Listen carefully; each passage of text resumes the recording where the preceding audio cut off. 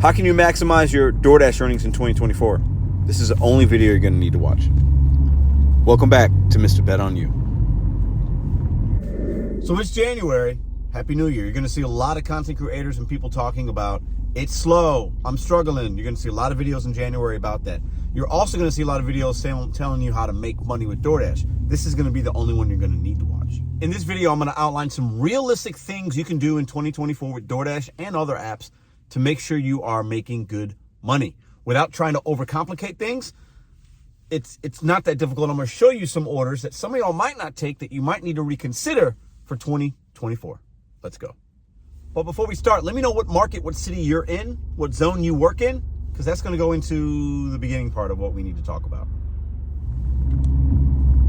And also let us know what makes your zone unique and why. It's going to be an important part of today's video. All right. The first thing that's going to help you in 2024 might be surprising for you to hear coming from me, considering how many videos and the things that I've done on YouTube. And I have helped a lot of people.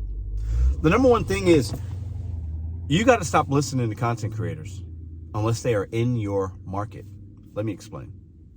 I meet a lot of drivers in St. Louis. I run into them. We exchange game. We exchange helpful tips and tricks. Hey, stay away from this place.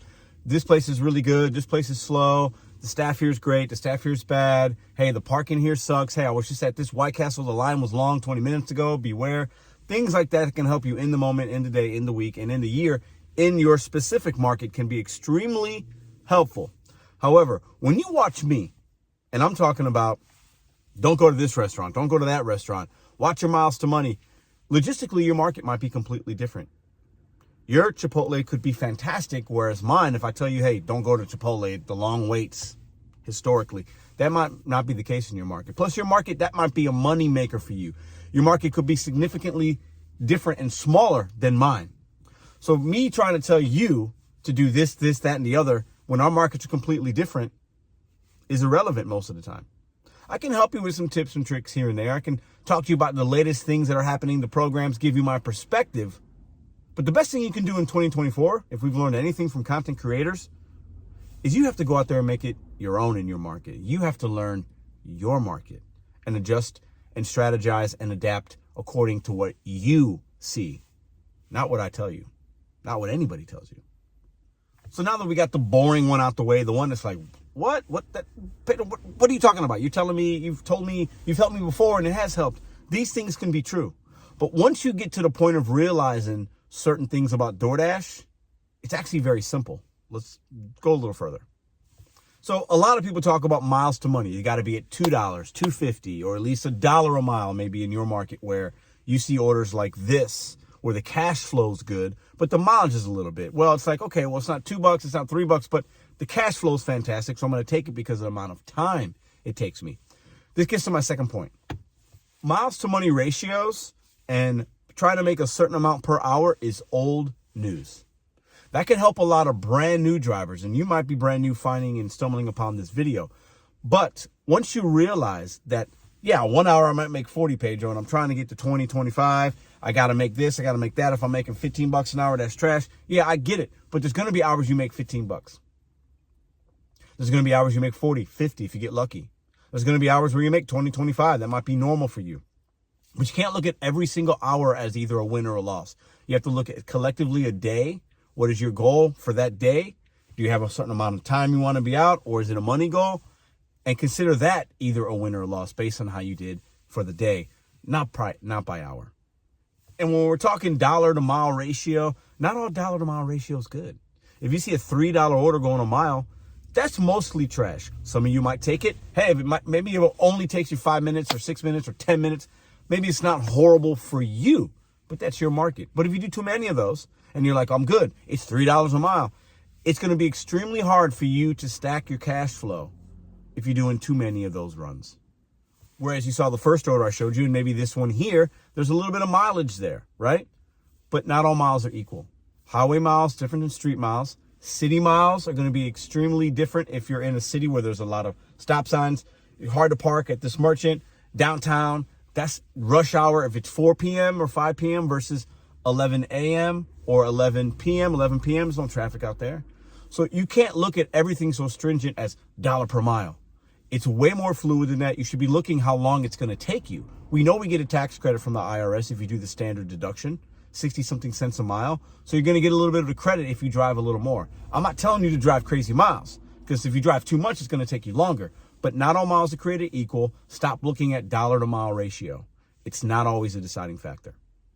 This one's going to be real simple. If you see plus signs, those might only go up a quarter. They might go up 2 pennies.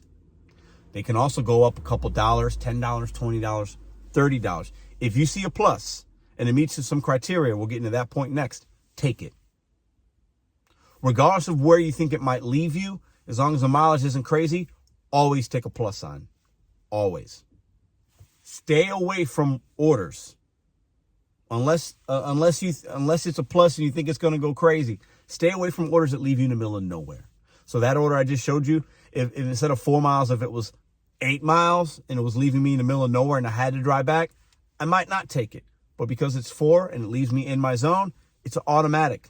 Stay away from orders. Even if the cash flow is fantastic, if it's leaving you in the middle of nowhere, you can't dash in that zone. It's an other zone, and you've got to drive back because you're doubling the amount of time it takes you. As you begin to learn your zone and you realize that Chipotle is good, this McDonald's bad, blah, blah, blah. If you continually have long wait time issues at stores or just issues overall, stop going to those restaurants. Even if the payout's decent, stop going for at least a month or two. You're going to have turnover in merchants, so you want to give them a second chance. But if you've gone 1 week to that same McDonald's 4 or 5 times, and every time you had a bad experience and you had to wait or there was an issue or whatever, or that restaurant, you seem to get bad ratings from consumers for missing items and they just don't realize that that's not necessarily on you, stop going to those places. If that McDonald's was bad to you 4 or 5 times in a row and it's $6 for a mile, don't accept it. Wait for something better. You're going to be frustrated. You're going to run into an issue. That order might be great that 6th or 7th time, but odds are the restaurants and merchants show you who they are after a few deliveries. Keep those on your blacklist. Wait a couple of months before you give them another opportunity.